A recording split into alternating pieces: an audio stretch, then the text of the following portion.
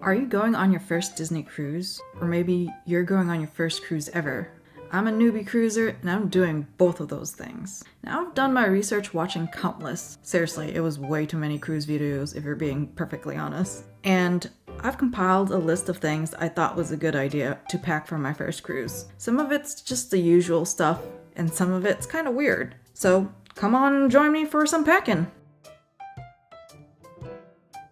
Before we begin, let's get the boring stuff out of the way. Since my Disney cruise is a 5-day, 4-night cruise going to the Bahamas in mid-April, I've packed all the stuff you would expect to bring along to a beach vacation. I have the appropriate number of outfits for each day of the cruise. It includes some nicer evening wear like dresses with pockets.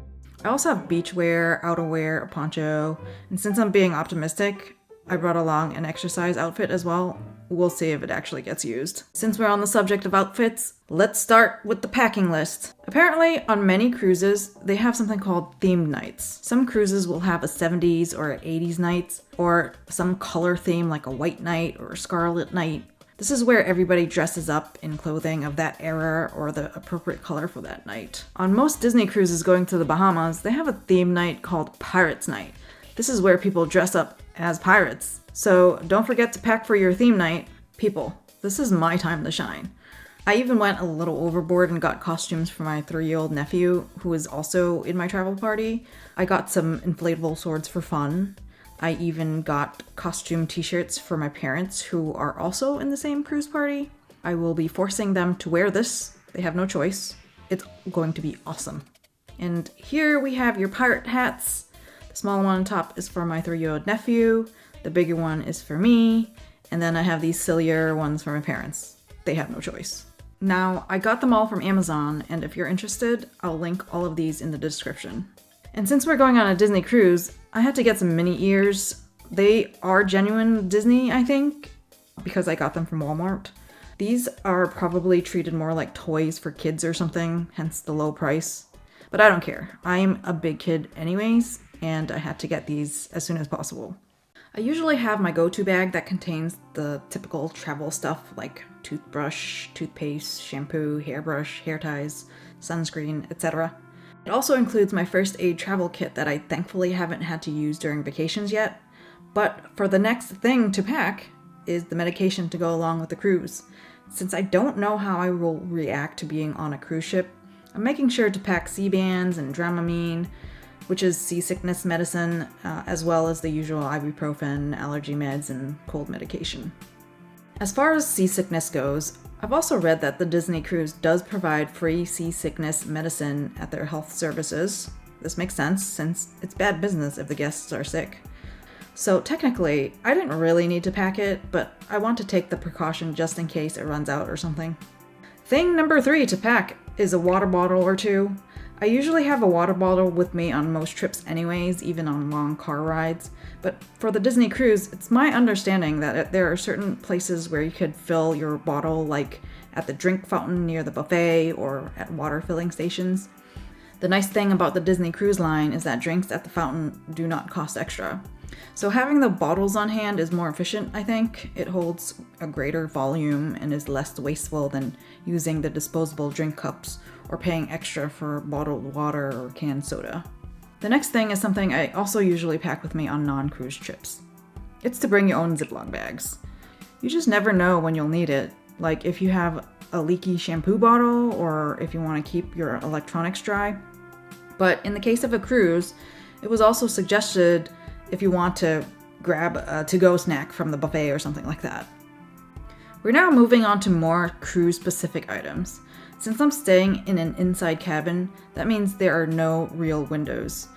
I imagine it can get dark at night when the lights are all off, so I have these motion sensor battery-powered night lights that I think would be useful. I bruise easily and I don't want to be bumping into things in the dark. For item number 6, I've read that many cruise ship cabins tend to have very few outlets. As a self-professed tech nerd married to another tech nerd traveling together, we do have many devices between the two of us, so something like this outlet extender should really help.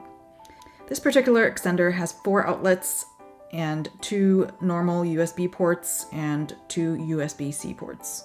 And in case I need a few more USB outlets, I have this extra adapter with 3 USB ports just in case.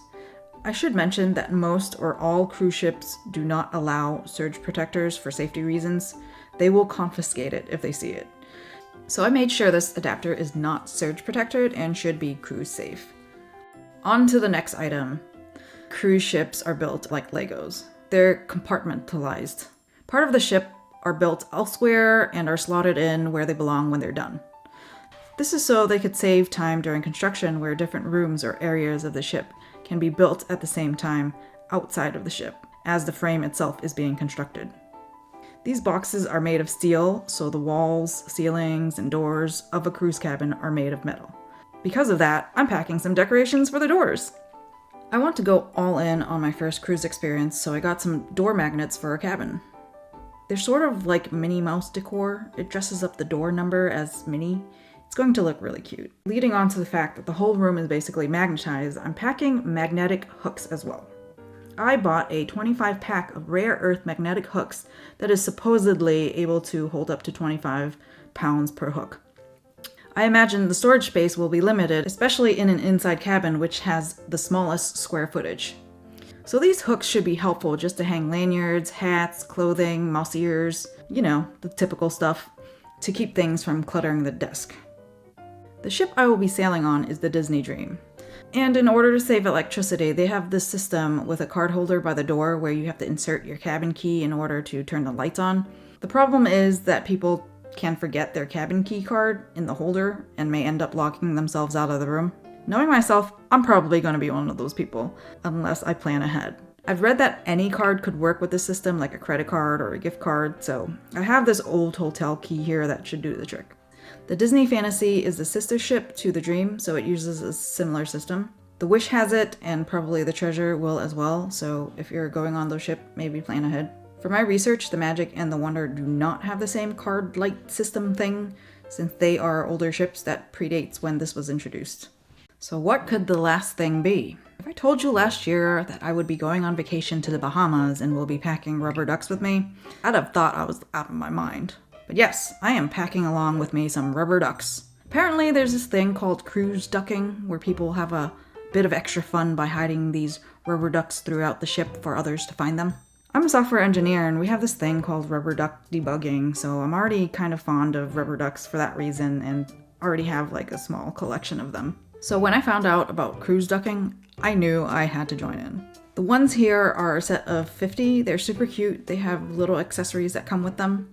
I've also designed and printed off labels to include with the ducks. They're currently disassembled right now for space-saving reasons, but I am super excited to put these together and hide them on the ship.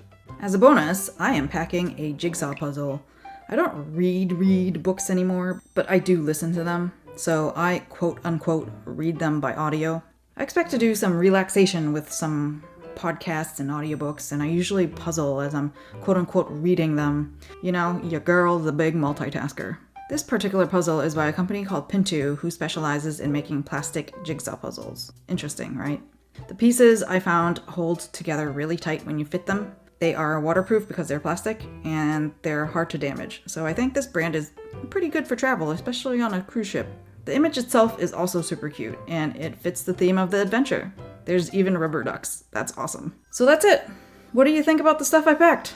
For those cruise veterans out there, was there any glaring thing that I missed? Let me know in the comments. At the time of recording this video, I'm just 3 days away from my very first cruise ever. I'll be posting the videos of my adventure soon, so please subscribe and hit the notification bell so you'll know as soon as it's posted.